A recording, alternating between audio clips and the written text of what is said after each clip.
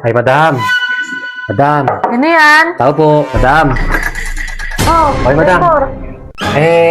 Papasok na po ako sa pangalawang trabaho ko. Oo nga pala, bakit ngayon ka lang? Di ba sabi niyo pagka umalis si Foreman, sa ako papasok? Oo. Kanina ko pa po nakita, pumasok na po sa site.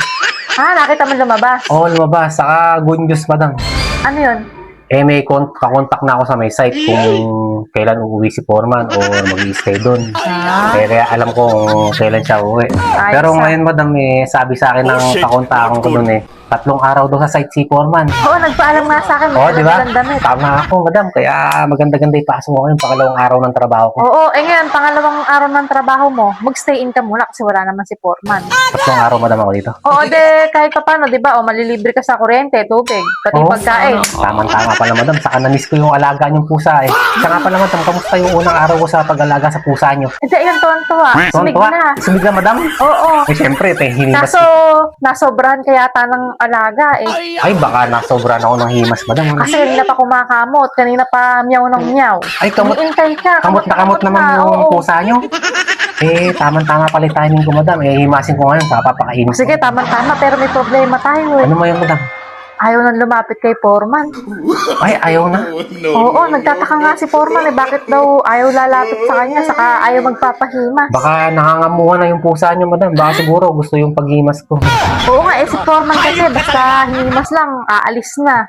Ay, ganun ba? Siguro. Kulak sa alaga ni Foreman. Saka siguro, madam, hihimasin na lang kagad ng kagagaling sa trabaho, wala pang ligo. Kaya ganun. Oo, tapos Naamoy si Foreman na amoy hollow block. Saka parang gano'n na nga. amoy simento. Nawawala ng gana yung pusa ko Oo. paselan pa naman Maselan yung yun. pusa niyo, madam. Kasi nung kumain ako ng bagong, Oh. minsan hinimas kong ganun, gumaganon. Ayaw, umuurong. Kaya naangutan. Saka ito nga, kanina pinapakain sana ni Foreman ng hotdog bago umalis. Di ba favorite ng pusa ko yung hotdog? Oo, hotdog, tapos sumitlog. Oo. Oo. Hindi kinain ng pusa ko. Parang siguro nalilikitan. Ay, tama-tama na. May dala akong hotdog na jumbo dito ng malaki. Nandun, nasa baba. Saka Oo, itlog. tama-tama.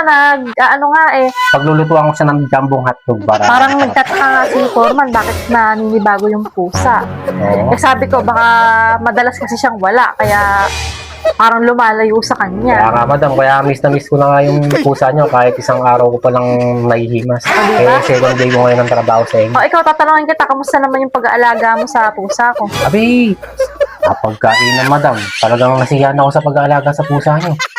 Masarap imasin kahit O, nabalbon. di ba, Oo, mabalbon? tapos kahit maitim siya, kapang-kapa ko siya. Saka cute, di ba? Oo, kahit walang ilaw, nakakapa ko yung pusa niyo. Saka mabait yun, kayang-kaya mong paamuhin. Mabait.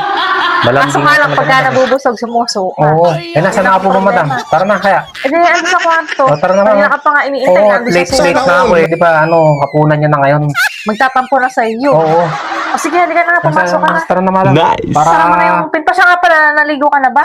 Oo, madam, O sakto-sakto. sige, tamang-tama, naligo ako na rin yung pusa ko na yun Ay, tamang-tama Para pala. pagating mahimasin mo na lang, saka papakainin mo Oo, na lang. mabango na Ilang siguro mo na yung yung pusa pinto, mo, baka madam. biglang may dumating Wala pa, na. makita ka pa. Ganado ako sa pusa niyo, madam, ngayon. Sige, diretso ko na Sige, sa madam. kwarto, kapain mo na lang.